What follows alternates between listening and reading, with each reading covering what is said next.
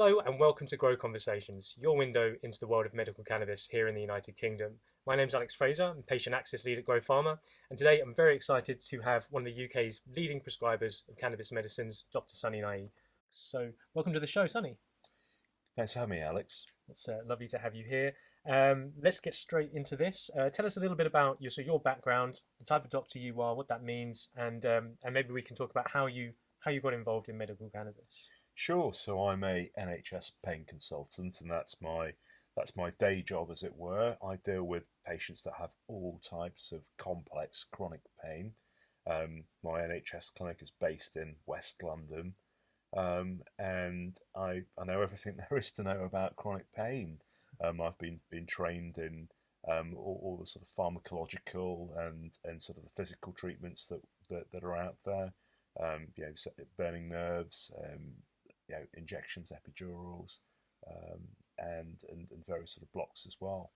Sure. So why medical cannabis? What led you into this? Well, I got involved in medical cannabis partly because my patients were using it, and this was before it was legalised in the UK.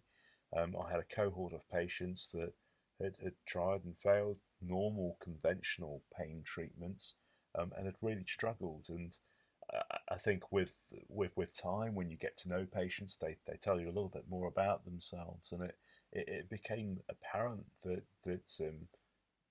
there were a lot of patients, particularly in my patch of London, that were using cannabis illicitly or otherwise to help them with their symptom control. Yeah, using it legally. So I suppose when the sort of the law change happened and we started to see some clinics cropping up to specialize in prescribing, you thought, well, I'll get stuck in and get involved. How did that happen? How did you start with a clinic? Indeed, I got interested back in sort of 2018, 2019 when the law first changed. I looked into it, and at that point there weren't actually any pharmaceuticals in the UK that could be prescribed from a cannabis perspective, and that was a bit disheartening. I got in touch with some Canadian doctors, who then put me in touch with various other people in the UK that happen to know a bit more about medical cannabis, and it sort of snowballed from there, really. Amazing. So I'm going to jump a whole section of the conversation, but it'd be lovely to hear about your sort of thoughts for the future and where you'd like to see things go with medical cannabis in the UK. Yeah, it's tough. I think the future is hard. I mean, we're sitting here, and it's October 2022, and we've got a cost of living crisis, a war in Ukraine. We've got heating bills going through the roof.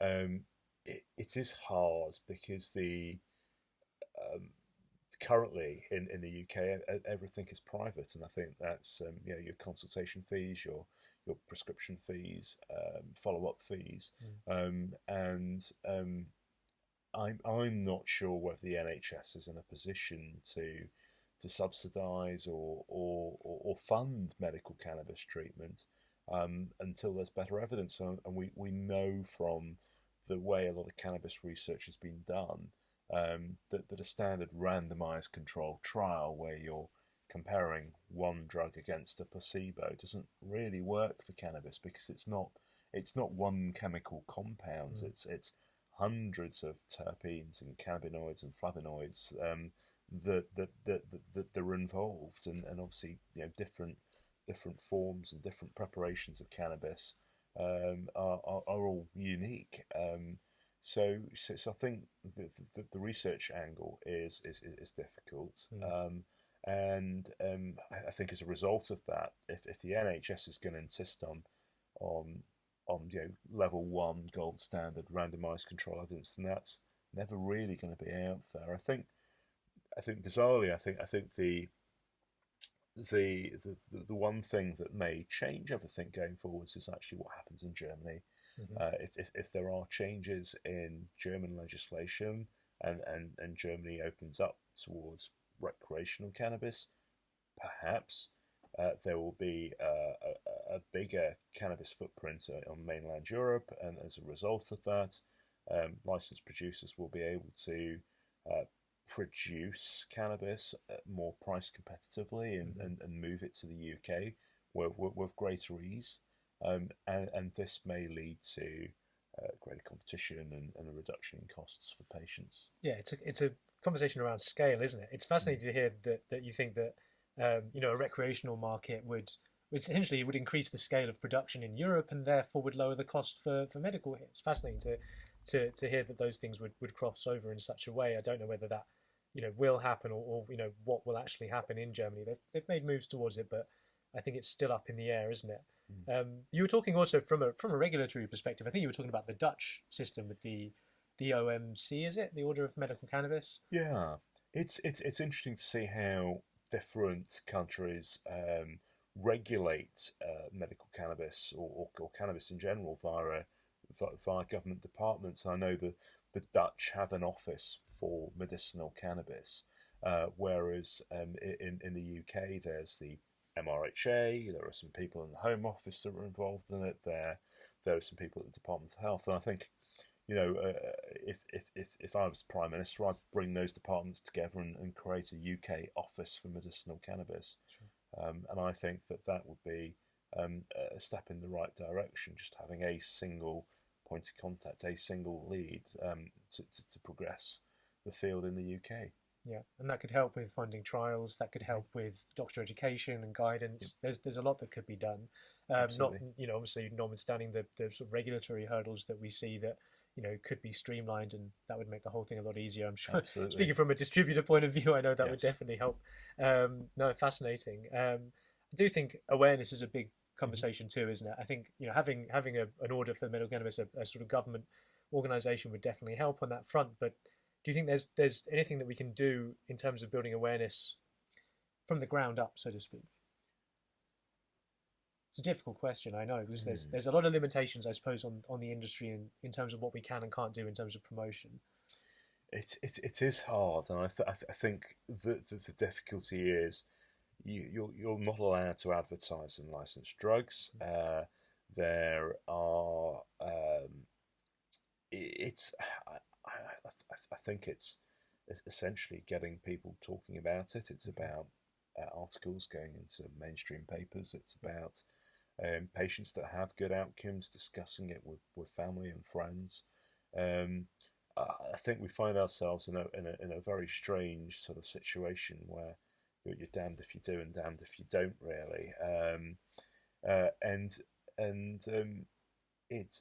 It becomes hard because you're constantly worried as a doctor or as a licensed producer or a pharmacy or a clinic as to whether you're breaking laws, because there are so many grey areas here. Yeah.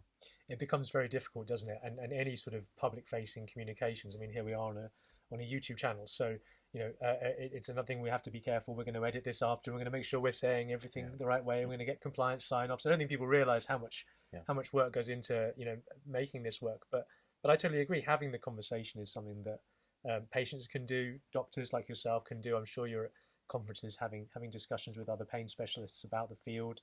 How do those discussions go? Are there a lot of sceptical doctors? Are they quite difficult? I think the majority are very sceptical, actually. Why do you think that is?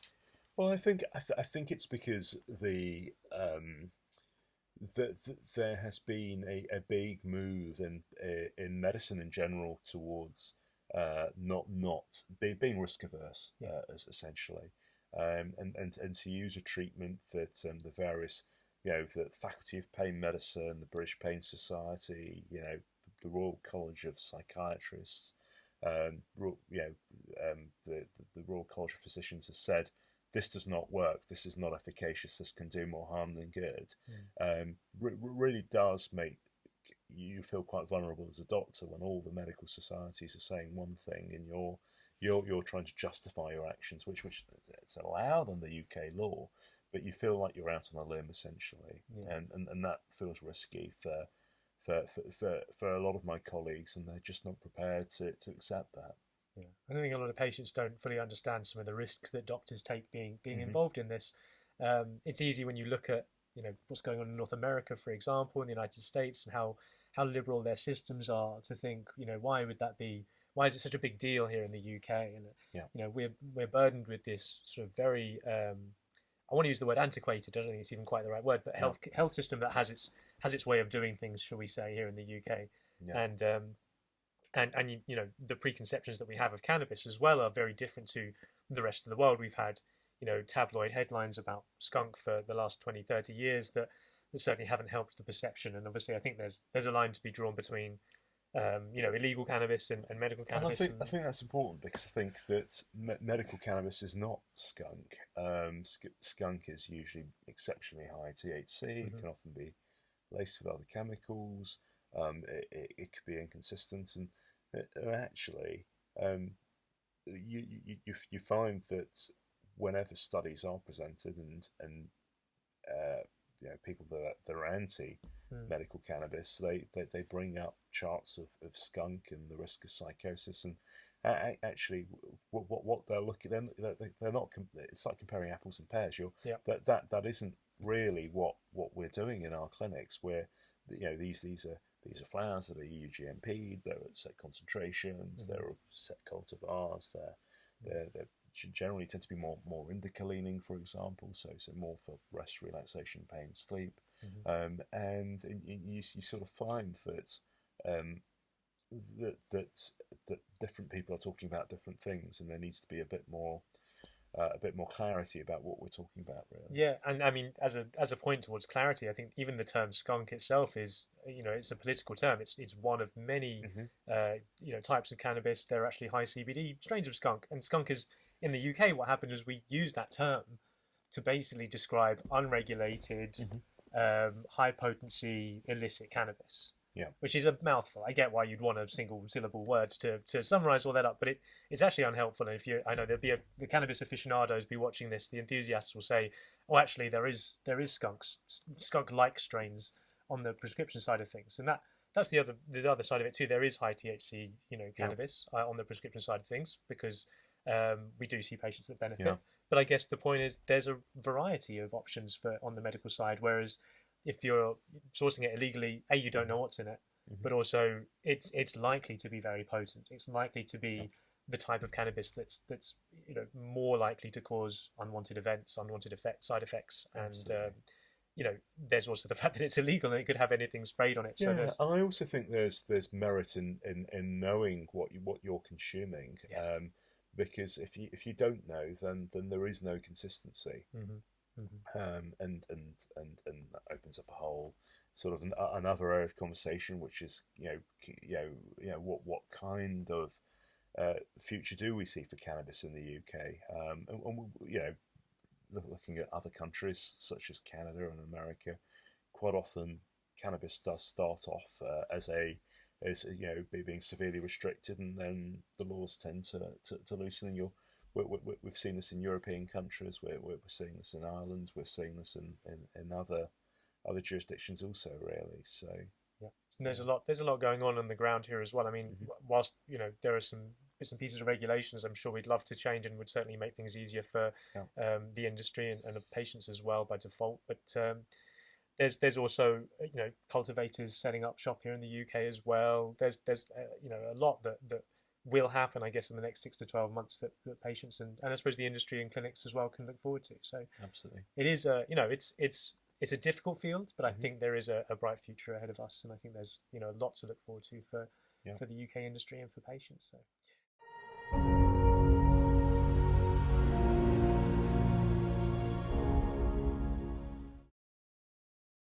Amazing. It's fascinating as a sort of you know, an area of medicine. It's something I have a personal interest in as a patient with an inflammatory bowel disease, and you know, certainly a history of chronic pain myself. It's something that I spend a lot of time talking to other patients about as well, is, you know, various different types of pain issues. So we'll dig into a little bit of you know, the types of sort of patients and the types of symptoms that we see a little further down the line. But it'd be really interesting to know sort of what led you on that path from, you know, what you consider to be more typical medicine into the world of medical cannabis. How did that happen for you? Sure. So I think pain medicine lends itself, perhaps more so than other specialities, to cannabis medicine, as it were. Partly because we're quite used to dealing with complex conditions, and dealing with unlicensed treatments. So a lot of the treatments that we have traditionally used in the past have been medications that have been created for other purposes. And take pregabalin, for example. Pregabalin is a drug that is used for nerve pain, neuropathic pain, and it was actually initially created as an anticonvulsant, a drug for epilepsy. And quite often, a lot of the drugs that we use in our pain clinics are antidepressants or anti-epileptic drugs, and we're almost using the side effects of these medications to help treat chronic pain. So most pain consultants in the UK are quite well versed in the using unlicensed preparations essentially. So I got involved in medical cannabis partly because a lot of my patients at my clinic in West London were using it, and to good effect, and they weren't what I at that moment in time thought were stereotypical cannabis consumers, and a lot of them were having good outcomes where other conventional treatments had failed. And these were people using illegal cannabis? Absolutely. Sure. And they were teachers, bankers, lawyers, postmen, and they had almost self-medicated, self-treated? Yeah, so sort of self-medicated, self-treated, and explored it on their own backs, and managed to find treatments that worked for them. I think it's fascinating, isn't it, the demographic. So I think, what people assume a cannabis consumer looks like is often based on the sort of Hollywood idea of, a stoner, if you will. There's the character in the recent Stranger Things series, if anyone's watched that. Sorry, terrible to bring pop culture references that may be irrelevant whenever you're watching this, viewers.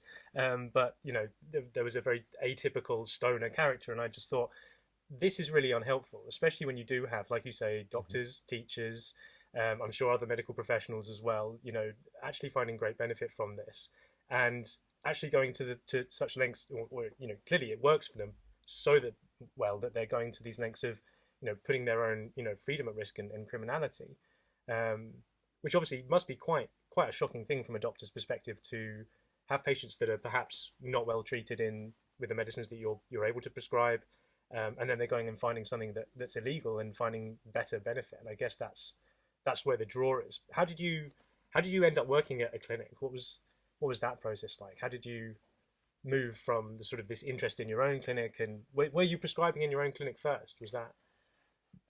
No, I mean, I'd always been interested in the concept of medical cannabis prescription, and I know that when things became legalized from a medicinal perspective back in the tail end of 2018, there was a lot of interest in being able to issue a prescription. There wasn't actually anything physically available at that moment in time. It probably took about a good 12 to 18 months for actual physical product to become available on the UK market. So I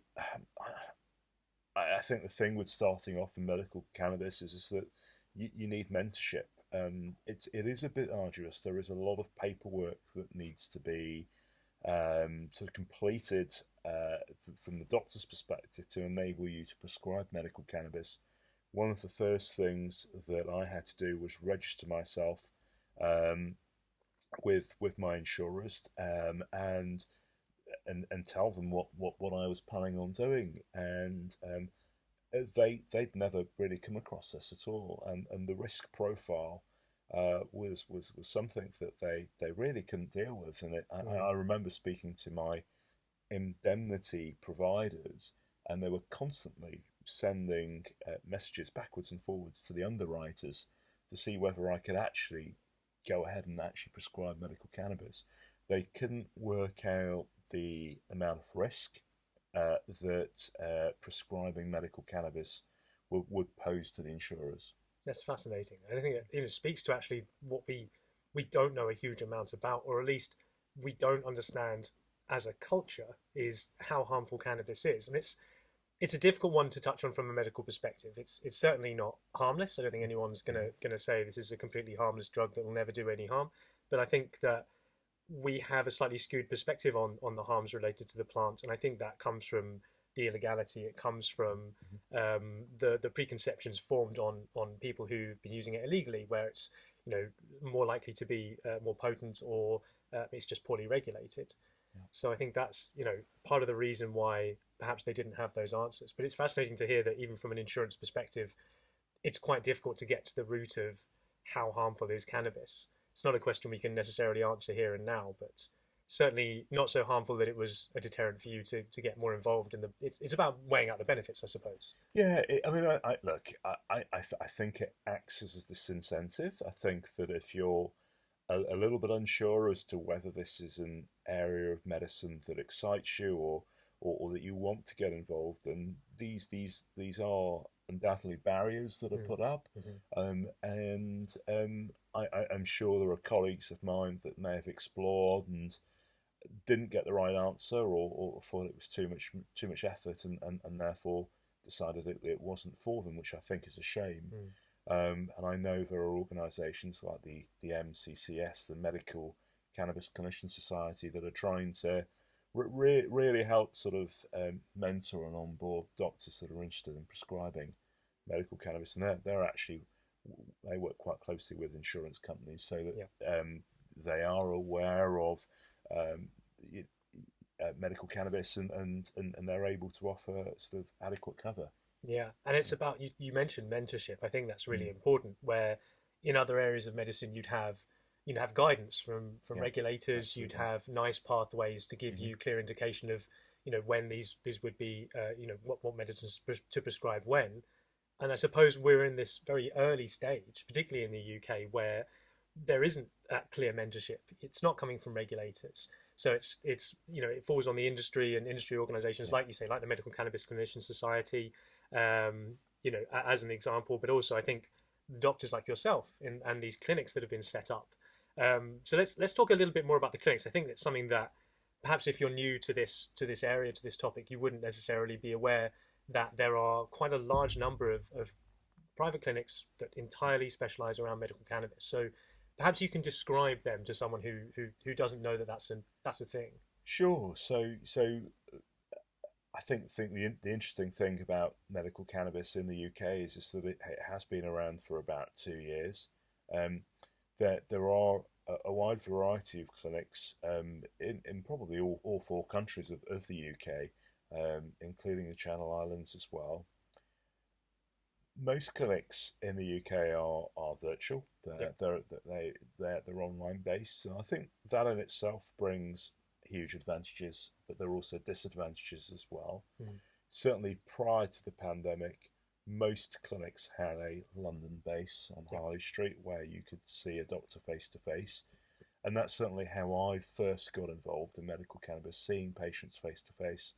And there were definite advantages to that. I think you develop a much deeper relationship with your patient when you're sitting down, and quite often, it was a lot easier for patients that perhaps were not so tech savvy to attend those appointments.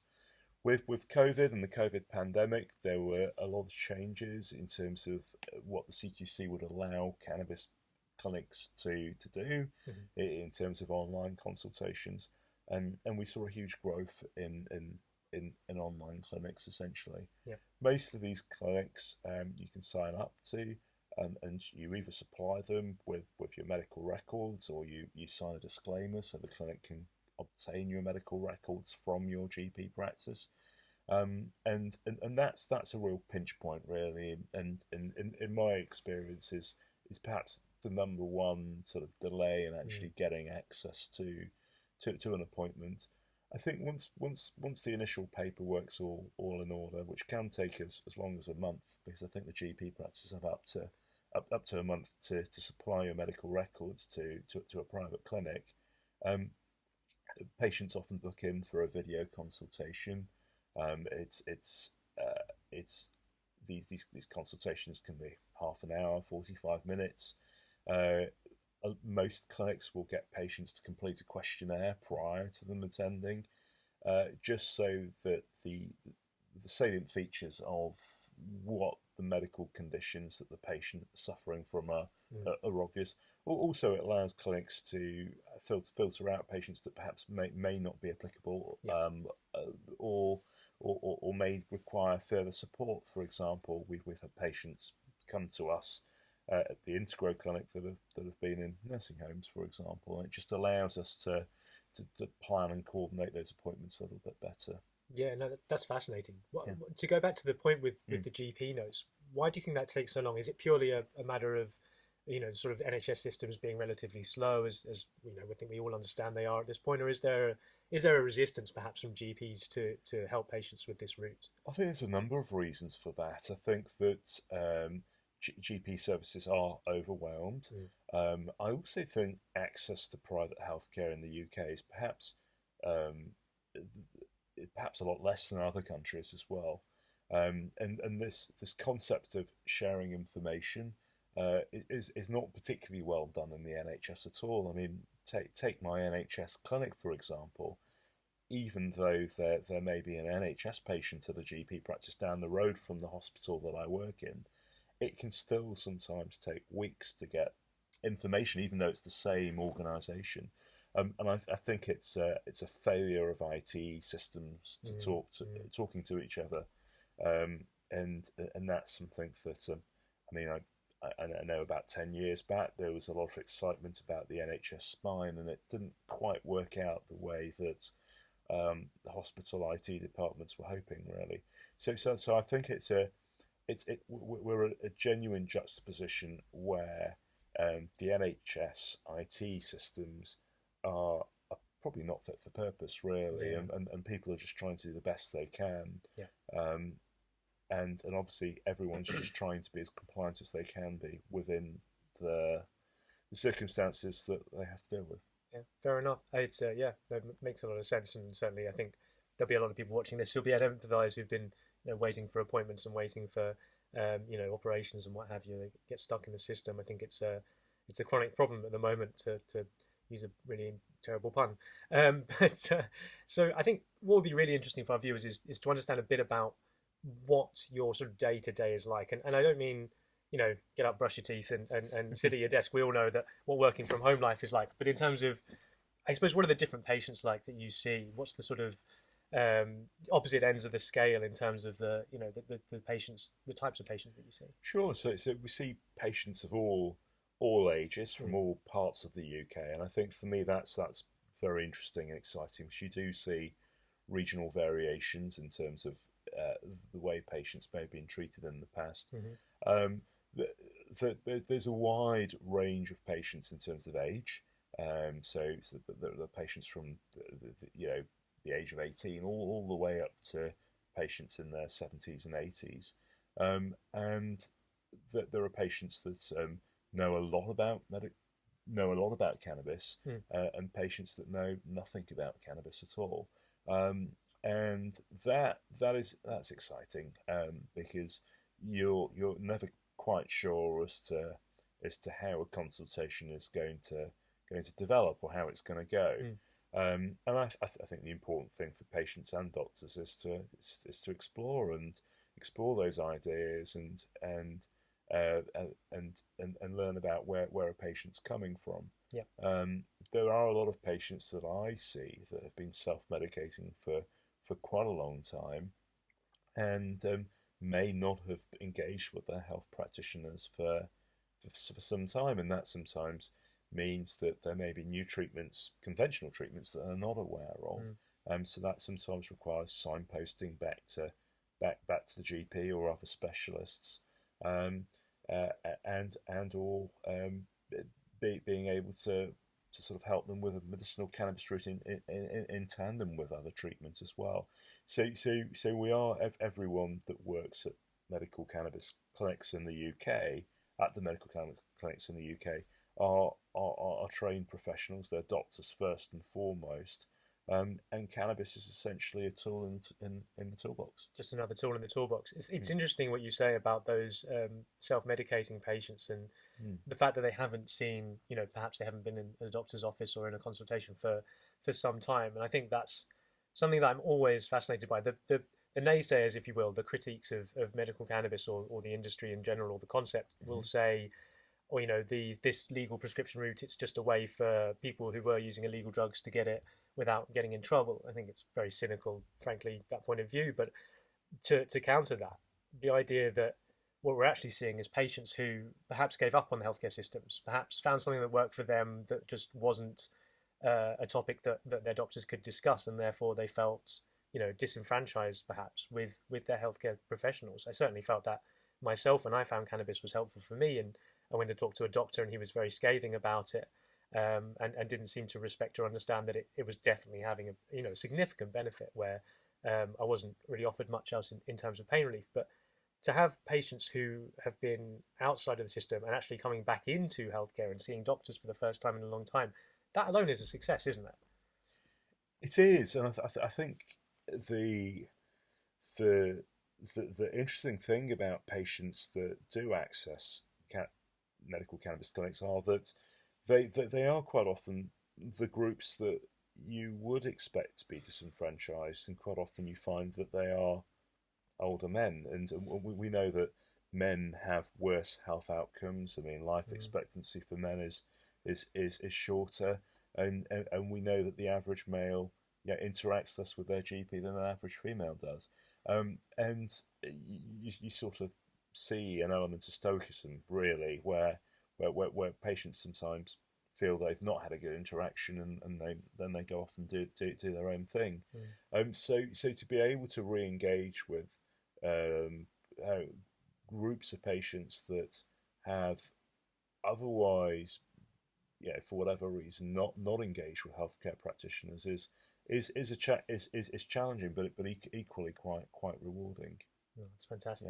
Yeah. I do love those stories where you do have someone who has gone out into the wilderness and done their own thing for an extended period of time, and then they come back and perhaps it's not even the cannabis prescription that's what's helping them. You can direct them to something else that may have come along since since they were last in a doctor's office. So that's it's hugely positive to hear that side of things.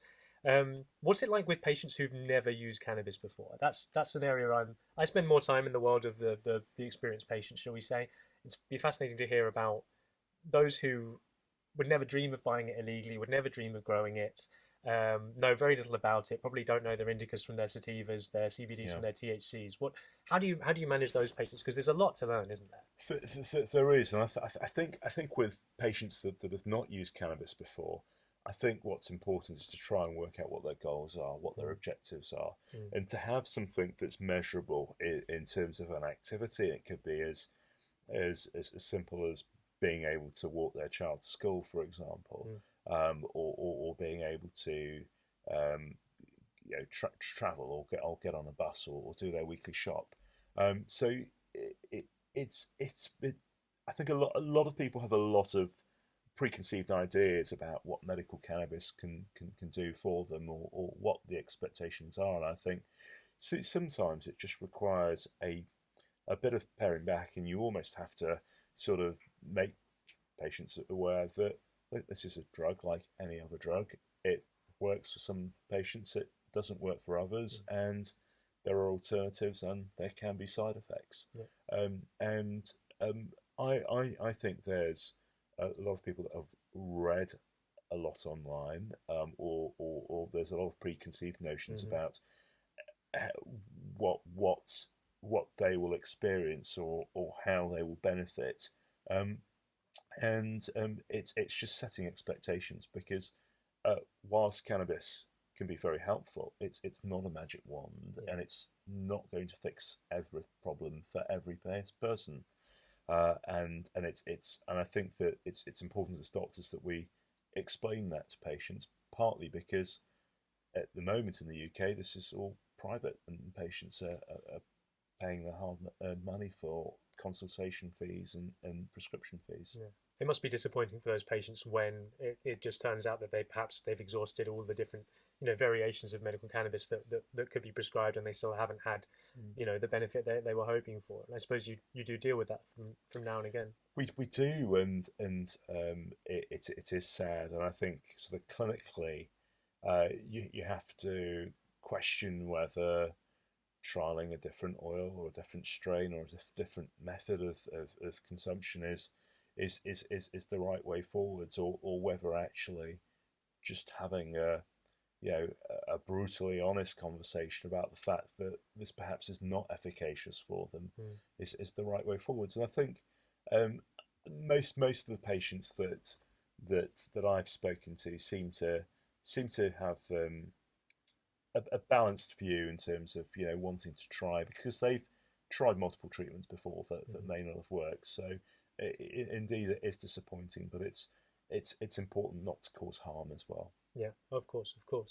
Let's talk a little bit about different clinics. So you've worked at a few different clinics now. Who are you currently working with in the cannabis space? I mean, sure. So at the moment I work with Integro Clinics. We're an online clinic. We have offices in central London where we can see patients face to face, and I'd like to think we're quite a bespoke clinic in terms of we work quite well in an MDT fashion. We have a psychologist that we work with. We have nursing staff that we work with. We also work with prescribing pharmacists and a team of doctors from different specialities, including chronic pain, rehabilitation, psychiatry, and we've been getting a bit busier by the day, really. We offer appointments during the working week, evenings, weekends, and we're a small, tight knit team, and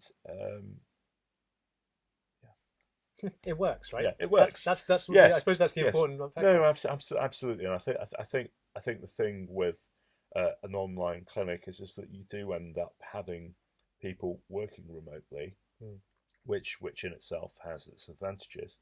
But we make sure we have regular team meetings, and we always have an MDT twice a week, which is also a chance for us to catch up and discuss difficult cases or new patients that we're seeing, and that brings us together. And we like to bring people together face to face for social events too. So I think that's quite important when you're working remotely and absolutely from home also. A bit of a company culture, and that's something that I know we make a point about that at Grow, of coming together in person, with the team around us, so that we can. I think it really helps morale. It helps build a sense of camaraderie as well in the work that you're doing, because it is difficult work, isn't it? I think from the outside it might look like, this cannabis is legal now, it's a great opportunity, set up some clinics, and you can make a bit of money out of it. I think that's a perception that I hear a lot from patients and from those who are outside of the space when they're looking at, and I guess it's a reputational issue with private medicine in general, but that's potentially where it comes from. But it is hard work. I mean, not complaining, I love my job, and I think it's a really fascinating space, but it can be difficult, right? Yeah. All doctors that I know that are engaged in medical cannabis have a day job. They work in the NHS, and I think that's quite important for most clinicians, because it enables them to keep up to date with what is conventional medicine. And if you don't know what conventional is, how can you almost justify to yourself or your peers that you can trial this as a last resort, as a form of treatment, and I think in terms of the whole health service in general, there's a huge shortage of doctors. I think it's the last count was we are 10,000 doctors short in this country, and I think the pressures on work are unbearable, really, and quite often doctors are asked to do extra shifts at their hospital, and there's a lot of pressure. Most medics are very time poor, so I think in terms of sort of doctors getting involved in medical cannabis and working from home, this is something that most doctors do because they're interested in it and they want to see it progress, and they've seen exciting studies come out of Canada and Australia that have interested them in terms of how the plants and plant-derived products can help patients. Yeah. It's essentially that there's another option with which they might help the patients that perhaps previously they haven't been able to help. Yeah, absolutely. And I mean, at the moment, the way to access medical cannabis is via clinics that dispense medical cannabis. Yeah. And I almost wonder whether we're doing ourselves a disservice, because for it to be more widely accepted, it should be just a tool in the toolbox. You don't go to a morphine clinic or a No. or a tramadol clinic, for example, and it's strange that you should go to a cannabis clinic to access medical cannabis. And I think that there is certainly there are moves out there to integrate it into more holistic packages. But I think that's going to take some regulatory changes in terms of how clinics are governed and how doctors are governed when they prescribe medical cannabis. Yeah. So, I mean, for example, if you could, let's say, you could prescribe a private prescription for cannabis in an NHS GP appointment, which at the current state of play is not, GPs can't prescribe, and even if they could, it wouldn't necessarily happen in the NHS. But if a patient could go to their NHS GP, and that GP was able to, recommend or prescribe, or was more knowledgeable about the subject, then certainly we would see a lot more awareness, and we'd see a lot more doctors trained in it as well, wouldn't we? I suppose. Oh, absolutely. I think the issue will be one of training, and then also whether it's good practice for someone that perhaps might be only doing one cannabis prescription a month, whether it's good practice for someone that doesn't have volume, doesn't have patient numbers, to be involved in this field of medicine. For example, if you're an endocrinologist and you have a special interest in diabetes, then you may spend all day, every day of the week, prescribing insulin, for example, and you would be very aware of the different types of insulin that are out there, long acting, short acting. You'd be aware of when the different insulin injections should be taken, etc., and what sort of tablets could be used really as well. Dig into your speciality. So you end up being specialised in that, and I'm not sure how cannabis is going to fit in that paradigm almost, because what you're beginning to see in the UK is a smallish cohort of doctors that are really quite interested, that are getting more and more involved in research, that are going on conferences, that are learning about medical cannabis, and then people that doctors that are curious, that might start off and then perhaps don't have that knowledge base, and because there isn't a training structure there per se, that really struggle to get their practice off the ground, really. So there is a bit of a chasm opening up, which is a bit sad to see, really, but is inevitable, I think, particularly when the training seems to be quite poor. I mean, there are quite a few courses out there that will enrol doctors and teach them about medical cannabis, but quite often these are one-day courses. And I don't think you can learn everything you need to learn in a one-day course. I think that it's peer learning and review, and actually you've got to see patients and present them as an MDT, and that's how you learn. I was going to say the MDTs really, and I guess it speaks to the reason, or at least one of the benefits to the fact that we have these specialist cannabis prescribing clinics. There is no good term for them yet either, is there? I think medical cannabis clinics, cannabis prescribing clinics, but they essentially work as sort of incubators for bringing new doctors in. So I know that we've had some success with letting doctors sit in on MDT meetings to hear about how you and the wider team are discussing your prescription decisions. And I think that's where these clinics, these specialist clinics, fit in, isn't it? I think as a place for people to come and learn in practice about how this works. So I guess it's about reaching out to doctors who are interested and finding those who are interested, but then they also have to have the time and the commitment to get stuck in, and if they're not going to do some work with a clinic, then at least interact with one, sit on some MDT meetings. What else could doctors do to get involved from your point of view? Sure, I think there are doctors that are certainly in the UK getting more interested in the research side of things. Yep. There have been projects that have been set up. So there's Project 2021 that a lot of patients and doctors will be aware of. There are also some smaller sort of projects that are taking place as well. I'm based at Imperial College, and the university arm of my teaching hospital is always running trials, and so sometimes these trials are for synthetic cannabinoids, but even so, there's certainly a lot more interest in cannabis as a potential treatment pathway. What I found as well is that a lot of the society meetings that I've been going to, such as the British Pain Society or the Faculty of Pain Medicine, they quite often have sections where there'll be a debate. This house is for medicinal cannabis, this house is against medical cannabis, and so I think it's becoming more mainstream, and I think it's going to take time. Yeah. I think it's going to take acceptance. I do think there is a very small change in perception with regards to acceptance.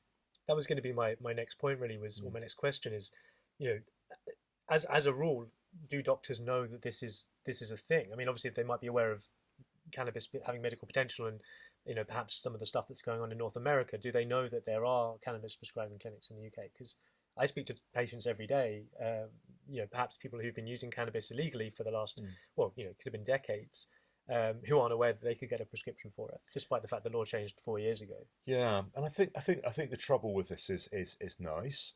I certainly know in the pain community, there was a lot of anticipation for the NICE guidelines, Yes. particularly with respects to chronic pain. And the NICE guidelines were not in the favour of patients using it for chronic pain.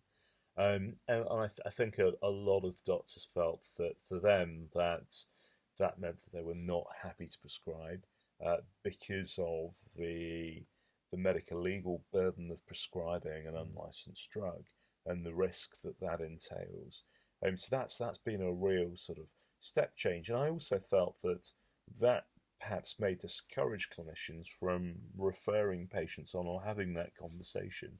I mean, what is good is that at least it is now a point of conversation, and the patients have been involved and to actually speak to their clinicians about it, and quite often it's not necessarily been the doctors that have recommended seeking advice from a medical cannabis clinic, as it were, but it's the other allied health professionals. So it may be the psychologist or the physiotherapist or the chiropractor. So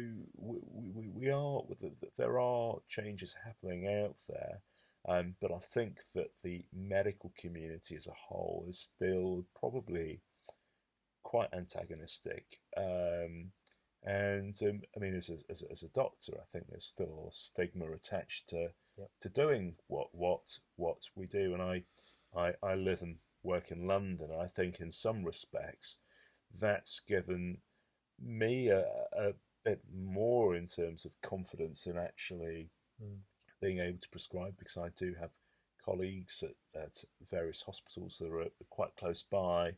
And we meet informally. I mean, the prescribing community is actually quite small, so it's quite easy to get to know other clinicians, and that's given me confidence. But I do wonder that if I was a doctor elsewhere, and perhaps not in London, whether it would have been more difficult for me to go down this route and be confident in prescribing the way I prescribe. Yeah, it speaks to that community aspect again, and I think you're right. Whenever something is niche or burgeoning, I think it's so important to get together as a community and as an industry to support each other as well. Absolutely. So I think we talked about the Medical Cannabis Clinician Society. We do education and support as Grow, and obviously with Integro and the support from you guys. I think we just need to see more of that, don't we? I think. Yeah. But and you mentioned the difficulties, you mentioned stigma, you mentioned the sort of risks involved, but clearly for you it's worthwhile, and I suppose that speaks to some of the positives that you've seen in your patients. Yeah, and I think what I see is patients being able to come off other medications, uh, and there is a big trend now in NHS pain clinics towards deprescribing and getting people off medications, particularly where they're not efficacious, Mm. and really trying to hone in on, what is a particular treatment helping you. Yeah. I think we're becoming a lot more nuanced about where harm can happen, particularly with pharmacological treatments.